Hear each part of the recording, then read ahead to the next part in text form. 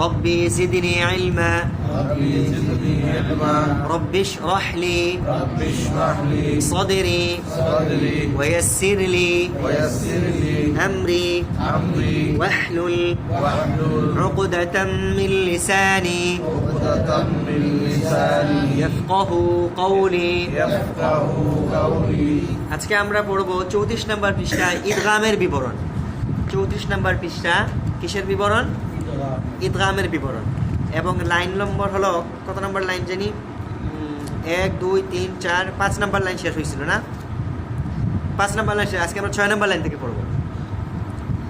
34 নম্বর পৃষ্ঠা 6 নম্বর লাইন। তো গত ক্লাসে আমরা যেটা পড়ছিলাম এটা আগে একবার রিভিশন দিয়ে দিই। আমি ছিলাম না তো এই মিস করে ফেলছি। গত 2 ক্লাসে আমরা যেটা পড়ছিলাম সেটা হলো ইখফা। কি পড়ছিলাম? ইখফা গুন্না। ইখফা অর্থ কি? লুকিয়ে পড়া। ইখফা অর্থ হলো লুকানো। ইখফা অর্থ কি? লুকানো। আল ইখফা উ এই শব্দের শাব্দিক অর্থই হলো হাইড করা, কোনো জিনিসকে লুকিয়ে ফেলা। তো তাজবিদের পরিভাষায় ইখফা কাকে বলে? গুন্না সহ লুকিয়ে পড়া। ইখফা কাকে বলে? গুন্না সহ লুকিয়ে পড়া। হ্যাঁ, ইখফা অর্থ ইখফা অর্থ গুন্না সহ লুকিয়ে পড়া। লুকিয়ে পড়া। ইখফা অর্থ ইখফা অর্থ গুন্না সহ লুকিয়ে পড়া। লুকিয়ে পড়া। ইখফা অর্থ কি? গুন্না সহ লুকিয়ে পড়া। ইখফা অর্থ গুন্না সহ লুকিয়ে পড়া। এখন আমার দিকে তাকান, ইখফা কখন হবে? যখন আমরা নুন সাকিন এবং তানবিন পাবো যে কোনো জায়গায়। নুন সাকিন বা তানবিন পাইলেই প্রথম কাজ হলো তার সার্চ করে দেখতে হবে বামের হরফটা কি, তার বামের হরফে কি আসছে। নুন সাকিন বা তানবিন পাইছি, পাওয়ার সাথে সাথেই দেখতে হবে বামের হরফে কি আছে। যদি বামের হরফে ইখফার হরফ থাকে তাহলে ইখফা হবে। আর ইখফা অর্থ গুন্না সহ লুকিয়ে পড়া। এখন কথা হলো কাকে লুকাবেন? নুন সাকিন বা তানবিনকে। কাকে লুকাবেন? নুন সাকিন অথবা তানবিন। নুন সাকিন অথবা তানবিনকে। কোথায় লুকাবেন? ইখফার হরফের পাশে। কোথায় লুকাবেন? ইখফার হরফের পাশে। আর নুন সাকিন বা তানবিনটা গুন্না হবে। এই এখানে কয় 2-3টা বিষয়। প্রথম হলো ইখফার তো লুকানো। 2 নম্বর হলো কাকে লুকাবো? নুন সাকিন বা তানবিনকে। 3 নম্বর কোথায় লুকাবো? ইখফার হরফের পাশে। ইখফা অর্থ লুকানো। 2 নম্বর কাজ কাকে লুকাবো? নুন সাকিন বা তানবিনকে। কোথায় লুকাবো? ইখফার হরফের পাশে। এখন দেখেন আমরা 1 2 3 4 5 নম্বর লাইন, 34 নম্বর পৃষ্ঠা 5 নম্বর লাইন। 34 নম্বর পৃষ্ঠা 5 নম্বর লাইন, ঠিক আছে না? এই যে এখানে মধ্যে 2-3টা ইখফা আছে, এগুলো আমরা একবার প্র্যাকটিস করি তাহলে সব কিছু ক্লিয়ার হয়ে যাবে। ফায়ের উচ্চারণ,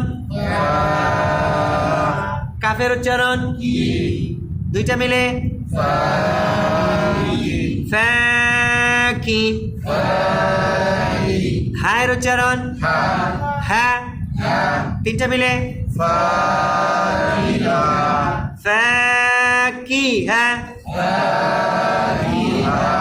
এখন দেখেন তায়ের নিচে কয়জের? 2 জেরকে কি বলে? তানবিন পাইলে কি করতে হবে? বামের হরফ দেখতে হবে। দেখতে হবে তার বামের হরফ কি আছে। তাহলে বামের হরফে কি আছে? ইখফার হরফ জা। ইখফার হরফ জা। এখন বলেন ইখফার হরফ কয়টি? ইখফার হরফ 15টি। ইখফার হরফ 15টি। ইখফার হরফ 15টি। তা সা জিম দাল দাল তাসা জিম দাল জাল। জা। এই যে 6 নম্বর লেটার কি? জা। তা সা জিম দাল দাল তাসা জিম দাল জাল। জা সিন শিন صاد ضاد জা সিন শিন সাদ দাদ। তা ظا ফা কফ কাফ। ইখফার হরফ কতটি? 15টি। 15টি। এর মধ্যে প্রথম 5টা কি? তা সা জিম দাল দাল। দ্বিতীয় 5টা জা সিন শিন صاد ضاد। তৃতীয় 5টা তা ظا ফা কফ কাফ। এর মধ্যে 6 নম্বর লেটার হলো জা। এই যে ইখফার হরফ জা চলে আসে কিসের বামে? তানবিনের বামে। তানবিনের বামে। কার বামে? তানবিনের বামে। এখন কি করতে হবে? ইখফা করতে হবে। ইখফা অর্থ কি? গুন্না সহ লুকিয়ে পড়া। কাকে লুকাবো? নুন সাকিন বা এই তানবিনকে। তাই নিচে যে তানবিন, এই তানবিনকে লুকাবো। কোথায় লুকাবো? জায়ের পাশে। জায়ের পাশে। এখন জায়ের পাশে তো লুকাবো, আগে আমরা দেখি না লুকায় কিভাবে পড়া হয়। না লুকাইলে কিভাবে হয়, তাহলে বুঝতে পারবো লুকাইলে কিভাবে হয়, তাই না? আমার দিকে তাকান সবাই। তা দুইজের তিন, তিন তিন। জিব্বা কোথায় রাখছে? উপরে মারিতে তালুর সাথে। তিন। যদি জিব্বা তালুর সাথে লেগে যায় তাহলে নুন ক্লিয়ার, বুঝা গেছে ইখফা হয় নাই, ইজহার হয়েছে। তিন তিন। এখন বলেন যা। যা আমার দিকে তাকান। যা। যা উপরের দাঁত, নিচের দাঁত আর জিব্বা একসাথে, তিনটা একসাথে সংযোগ হয়েছে। উপরের দাঁত আর জিব্বা। যা যা হয়েছে এরকম উচ্চারণ। জি। যা। যা এখন আগে বলছিলেন তিন, তিন এই নুনটাকে নিয়ে আসতে হবে জায়ের পাশে, জিব্বা লাগানো যাবে না। আপনি যদি বলেন তিন যা, বলেন তিন যা, যা তিন যা, তিন যা এটা ইখফা হয় নাই। এখন দেখেন ইখফা কি হবে? তিন যা। ঠিক আছে না? জিব্বা লাগানো যাবে না। যে জায়গা থেকে যা উচ্চারণ হয় জায়ের পাশে এনে নুনকে লুকাইয়ে ফেলতে হবে। তানবিনকে লুকাইতে হবে কোথায়? জায়ের পাশে। তানবিনকে লুকাইতে হবে কোথায়? যায়ের পাশে তাহলে তিন বললে তানবিন উচ্চারণ হয় কোথা থেকে? এই উপরের দাঁতের মাড়ির আর উপরে তালু থেকে। কিন্তু এই নুনকে নিয়ে আসতে হবে জায়ের কাছে, এখানে জায়ের কাছে। আমার দিকে তাকান। তিন যা, তিন যা, যা তিন যা, তিন যা। বল এটা বল, ইখফা হয় নাই, কারণ ইখফার তো লুকানো। আমরা জায়ের পাশে নিয়ে লুকাই নেই, কি করে ফেলছি? নুনকে নুনের জায়গা থেকে উচ্চারণ করে ফেলছি। অথচ নুনকে নুনের জায়গা থেকে নিয়ে এসে কোথায় লুকাইতে হবে? জায়ের পাশে। তাহলে ফাকি হ্যাঁ তিন যাও,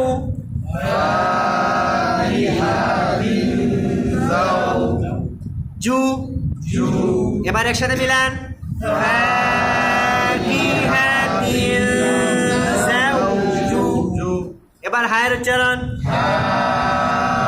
সবাই আমার দিকে তাকান। ফাকিহাতিন, তিন তিন তিন, এরকম না, তিন যাওজুহা।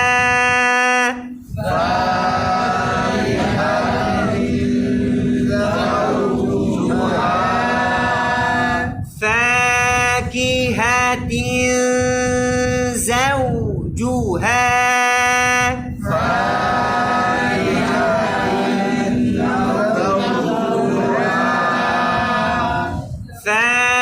فاكهة زوجها.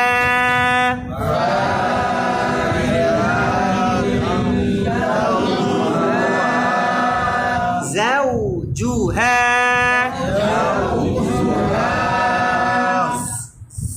زوجها. তারপর রায়ের উচ্চারণ। রুক, রুক। কাফের উচ্চারণ দুটা মিলে রুক কা। তারপর আইনের উপর কয় জবর? দুই জবরকে কি বলে? তানবিন পাইলেই কি করতে হবে? বামের হরফ চেক করতে হবে। বামের হরফটা চেক করতে হবে। তাহলে তানবিনের বামের হরফে কি আছে? সিন। সিনটা কিসের হরফ? ইখফার হরফ। তাহলে কাকে ইখফা গুণা করতে হবে? না না, তানবিনকে। আইন কেউ না, তানবিন। আইনের উপরে তানবিনকে, তানবিনকে লুকাইতে হবে, তাই না? তানবিনকে লুকাইতে হবে কোথায়? সিনের পাশে। এখন আমার দিকে তাকান সবাই, বলেন আন। আন ইখফা হয়েছে, লুকানো হয়েছে না? ক্লিয়ার নুন বুঝা গেল, তাহলে লুকানো হয় নাই। আন যদি জিব্বাটা উপরে তালুর সাথে লেগে যায় আন, তাহলে এটা কি ক্লিয়ার নুন হচ্ছে। নুন আইন দুই জবর, আন জবর আন, আন দুই জবর আন, নুন উচ্চারণ হয়েছে, ইজহার হয়েছে। এবার এটাকে সিনের পাশে লুকাইতে হবে। তাহলে আগে সিন উচ্চারণ করি। সিন। এই যে উপরের দাঁত, নিচের দাঁত, জিব্বা তিনটা একসাথে লাগছে। সিন, সিন। এবার আন, আন সি। বলেন আন সু। দেখেন আন উপরে তালুর সাথে আর সু দাঁতের আগায়। আন সু। আনসু আনসু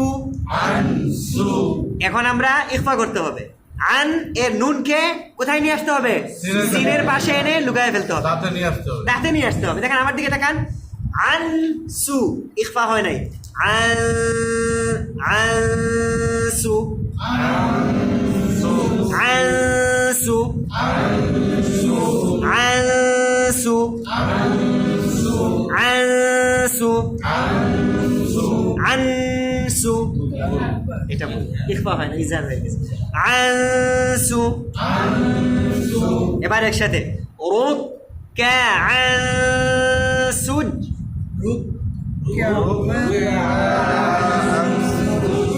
আবার রায়ের উচ্চারণ, কাফের উচ্চারণ দুইটা মিলে রুক আইনের উচ্চারণ সিনের উচ্চারণ একসাথে রুক সুজ জিমের উচ্চারণ একসাথে মিলিয়ে এবার দালের উচ্চারণ লম্বা কেন? দুই জবরে ওয়াকফ হইলে এক জবর বাদ দিয়ে এক আলিফ টানিয়া পড়িতে হয়। মাশাআল্লাহ। এবার আমরা এতক্ষণ পড়ছি ইখফা, আজকের ক্লাসে আমরা আসলাম ইদগাম।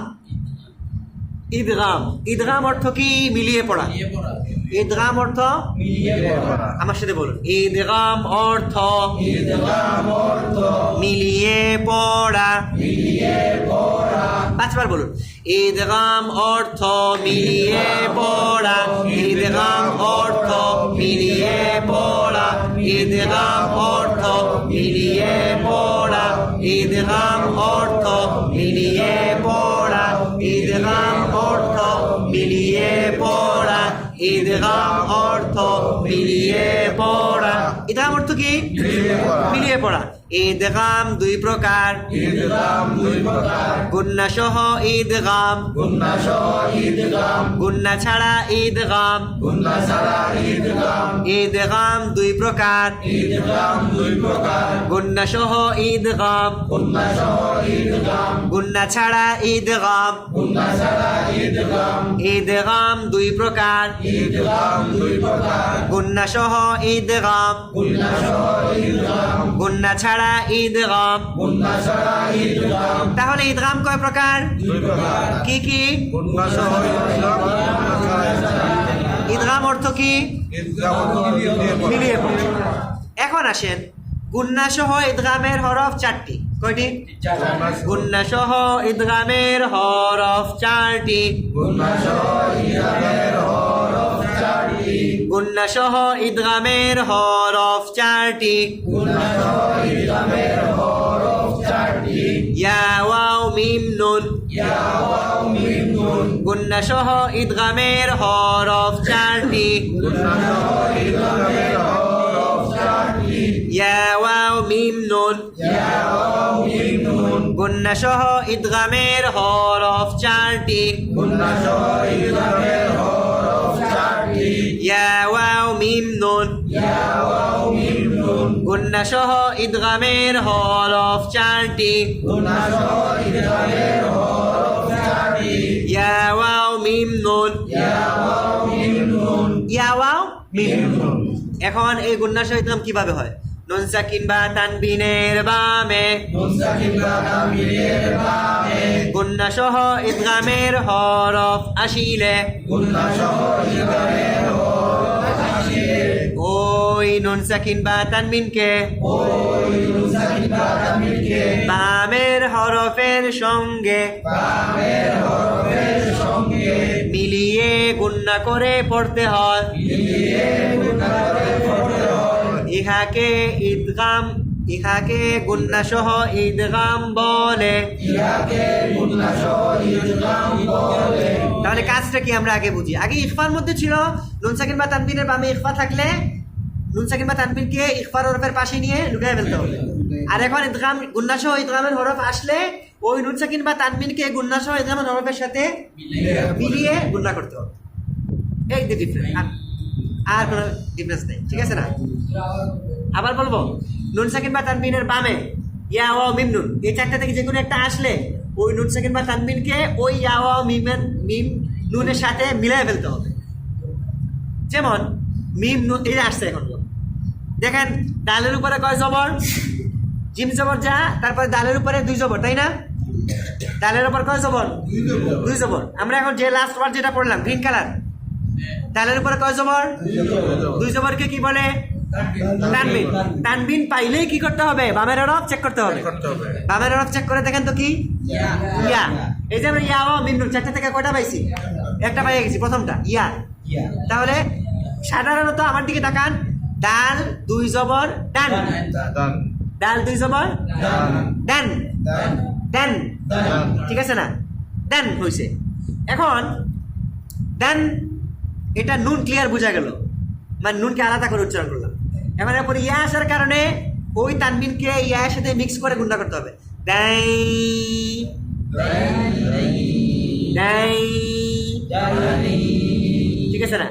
আপনি যদি বলে দাই তাহলে গুন্না হয় নাই, শুধু ইদগাম হয়েছে, গুন্না হয় নাই। আর যদি বলে দান তাহলে কি হয়েছে? নুন উচ্চারণ হয়েছে, ইদগাম হয় নাই। ইদগামও করতে হবে, গুন্নাও করতে হবে। দাই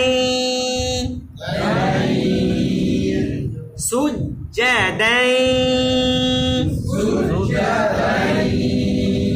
ইয়াবে একসাথে মিলান,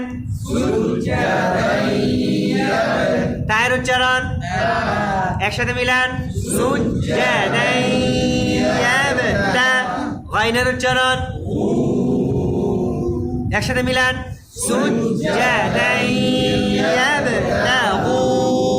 নুনের উচ্চারণ একসাথে মিলান, সুজ্জাদাই ইয়াবে তা। তারপরে ফায়ের উচ্চারণ ফাউ, একসাথে মিলান, সুজ্জাদাই ইয়াবতাগুনা। ফাউ ফাউ, আমার দিকে তাকান, আমি বলি সুজ্জাদাই ইয়াবতাগুনা। ফাউ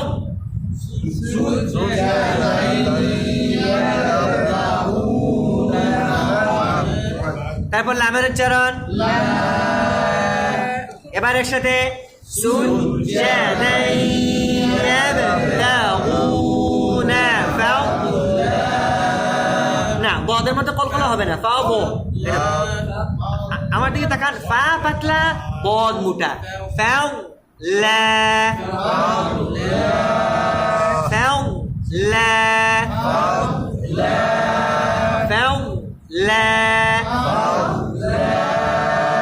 ওকে, ঠিক আছে না? তাহলে ইদগাম পাইছি আমরা, গুন্না সহ ইদগাম কোথায়? ডালের উপরে তানবিন, তানবিনের বাম পাশে ইদগামের হরফ, গুন্না সহ ইদগামের হরফ ইয়া আসার কারণে এই তানবিনকে ইয়ার সাথে মিলিয়ে গুন্না করে পড়তে হয়, ইহাকে গুন্না সহ ইদগাম বলে। ক্লিয়ার? জি না না, আমি বলি, হ্যাঁ মিম আসছে, মিম আসছে, ওই যে উনি পায়ে গেছে, বুঝে ফেলছে। তাহলে আমরা আবার বলি, ডালের উপরে কয় জবর? 2 জবরকে কি বলে? তানবিনের বামে, আমি আঙ্গুল দিয়ে ধরবো, তানবিনের বামে গুন্না সহ কি বলে? গুন্না সহ না, গুন্না সহ ইদগামের হরফ ইয়া আসিলে ওই তানবিনকে ইয়ার সাথে মিলিয়ে গুন্না করে পড়তে হয়, ইহাকে গুন্না সহ ইদগাম বলে। আবার তানবিনের বামে গুন্না সহ ইদগামের হরফ ইয়া আসিলে ওই তানবিনকে ইয়ার সাথে মিলিয়ে গুন্না করে পড়তে হয়, ইহাকে গুন্না সহ ইদগাম বলে। ঠিক আছে না? এখন আবার আসেন ফায়ের মধ্যে, ফা বদ জবর ফাও, এর ভাষায় পাগুন্না বলা হয়েছে। হ্যাঁ বা গুন্না বেগুন্না, এটা থেকে আরো সহজ হলো গুন্না সহ ইদগাম, মানে ইদগাম বা গুন্না, ইদগাম বে গুন্না, ইদগাম মাল গুন্না, ইদগাম বিলা গুন্না। মানে আপনাকে বা বে মাল গুন্না বিলা গুন্না ব্যাখ্যা করা লাগবে। এটা সংক্ষেপে বাংলায় বলে দিলাম, গুন্না সহ ইদগাম, গুন্না ছাড়া ইদগাম। আরো সহজ হইলো না? আমরা আগের বার করছিলাম হুজুর, ওই যে যেমন গ্রিন কালারটা আলাদা করে করছি, আমরা গ্রিনের সাথে ওটা মিক্স করতেছি। হ্যাঁ মিক্স করতেছি, মানে এখানের মধ্যে এটা আচ্ছা, হ্যাঁ না, মানে মনে করেন অনেক জায়গায় মানে কোরআনের অনেক আয়াত আছে, যদি আপনি স্টপিজ মেনে ফেলেন তাহলে ইদগাম হয় না। যেমন এখানে এখানে আপনি যদি ইফাক ওয়াকফ করে ফেলেন তখন আর কি নাই, ইদগাম নাই, ইদগাম নাই, গুন্নাও নাই। আপনি আলাদা করে বলতে পারবেন, হ্যাঁ নতুন করে পড়বেন। যেমন সুজ্জাদা, তারপর ইয়াবতাগুনা ফাদলা, এরকম শেষ। আর যদি আপনি মিলাই ফেলেন তাহলে ইদগাম হয়ে যাবে। আচ্ছা, আরো একটা হিন্টস, এই যতটা ইদগাম গুন্না আছে, গুন্না সহ ইদগাম অথবা গুন্না ছাড়া ইদগাম, প্রত্যেকটা গুন্না সহ ইদগাম এবং গুন্না ছাড়া ইদগামের উপরে একটা তাসদিদ থাকে। এই যে দেখেন, আচ্ছা, আচ্ছা। তাসদিদ আছে, জি, ঠিক আছে না? এই যে দাইয়াব, ইয়ার উপরে তাসদিদ, ঠিক আছে না? কিন্তু এটা আমাদের বাংলাদেশের কোরআনে, মানে ইন্দু পাক যেসব কোরআনগুলো আছে, যেসব মুসহাফগুলো আছে, আমাদেরকে সহজে বোঝার জন্য দিয়ে দেওয়া হয়েছে। কিন্তু আরবের অনেক কোরআনের মধ্যে এটা থাকবে না, তারা রুলস জানে, তারা রুলসের উপর ভিত্তি করে কি করে, এই যে নুন সাকিন বা তানবিনের বামে ইদগাম কি বলে, ইদগাম মাল গুন্না অর্থাৎ গুন্না সহ ইদগামের হরফ ইয়া আসলে গুন্না সহ মিলিয়ে পড়তে হবে। Sure. এত সিম্বল টাকা পরেও আমরা ভাবতে কেন তো আমাদের কোনো সিম্বল হ্যাঁ তারা না, এটা মনে করেন আমি বলি এটা আমাদের, আমি বলি এই যে আমাদের বাংলা ভাষা দেখেন সংক্ষিপ্ত, এই যে কয় মূর্ধন্য স, তাই না? মূর্ধন্য স দেখাও যায় না, মানে কয় মূর্ধন্য স উচ্চারণ খি এই যে হয়, এটা তো মানে কোথায় মূর্ধন্য স আর কোথায় ক, আর তার উচ্চারণটা কি খ, এটা আমাদেরকে কে শিখাইলো? কিভাবে আমরা এটা মাথায় ক্যাচ করতে পারলাম? ছোটবেলা থেকে আমাদের মেকানিজমকে এরকম অভ্যস্ত করানো হয়েছে। পদ্মা লেখা পদ্মা, কিন্তু আমরা উচ্চারণ করি কি পদ্মা, দেখলেই আমরা বলি পদ্মা। হাও, মানে আমাদের মেকানিজমকে এভাবে মানে সেট আপ করা হয়েছে ছোটবেলা থেকে, স্কুল থেকে আমাদেরকে বলা হয়েছে প দয়ময়। আমাদের শুধু পদ্ধতি থাকতো, আমরাও করতে শুরু, আমাদের তো অক্ষরের সাথে সিম্বল আছে, আতে আঁকা, দুইতে ভূমিকা, দুইতে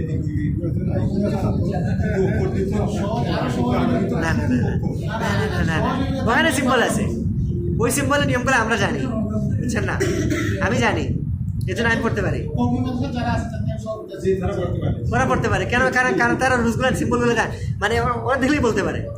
আমরা আরব বাদ দেন, উর্দু ল্যাঙ্গুয়েজ যারা আছে, উর্দু লেটার যেগুলো, এগুলো জবরদস্ত বেশ কিছু নেই, কিন্তু ওনার গল্প পড়তে পারে সবাই।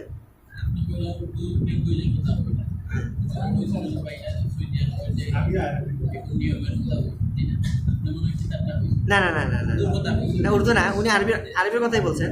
আরবরা পড়তে পারে, মানে উর্দু ভাষা যেরকম ইয়েরা আমরা পড়তে পারে, ও সেম কিরকম।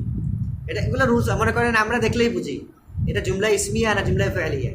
যদি জুমলা ফেলিয়া হয় তাহলে এটা ফেলে মাউদি না ফেলে মুদারে, আমরা মানে তাকাইলেই বুঝতে পারি। ইয়েস হ্যাঁ, দেখলেই বুঝতে পারি, অনর্গল পড়তে পারবো না, দেখলেই বুঝতে পারি। একদিন আপনাদেরকে দেখা একটা আরবি বই নিয়ে আসলে, মনে করেন এখানের মধ্যে ফর এক্সাম্পল, এখানের মধ্যে এই যে হাদিসের কিতাব, এই যে দেখেন এখানের মধ্যে ডান দিকে লেখা আছে আরবি, জবরদস্ত পেশ দেয়া আছে, কিন্তু নিচের দিকে এই যে হাদিসের রেফারেন্স দেয়া আছে, কোন হাদিসের কিতাব থেকে নিয়ে আসা হয়েছে, কে বর্ণনা করছে, সহিহ না দঈফ, এখানে জবরদস্ত পেশ কিচ্ছু নেই, কিন্তু এটা আমি দেখলেই বলতে পারবো এখানে কি লেখা আছে এবং এটার অর্থ কি। আবার এই পাশে যেটা আছে এটা উর্দু, এখানেও জবরদস্ত বেশ কিছু নেই, কিন্তু এটা উর্দু, আমি মনে করেন আমি আপনাদেরকে পড়ে শুনাই। এখানে লেখা আছে আন উকবাহ ইবনে আমির রাদিয়াল্লাহু আনহু قال قال رسول الله صلى الله عليه وسلم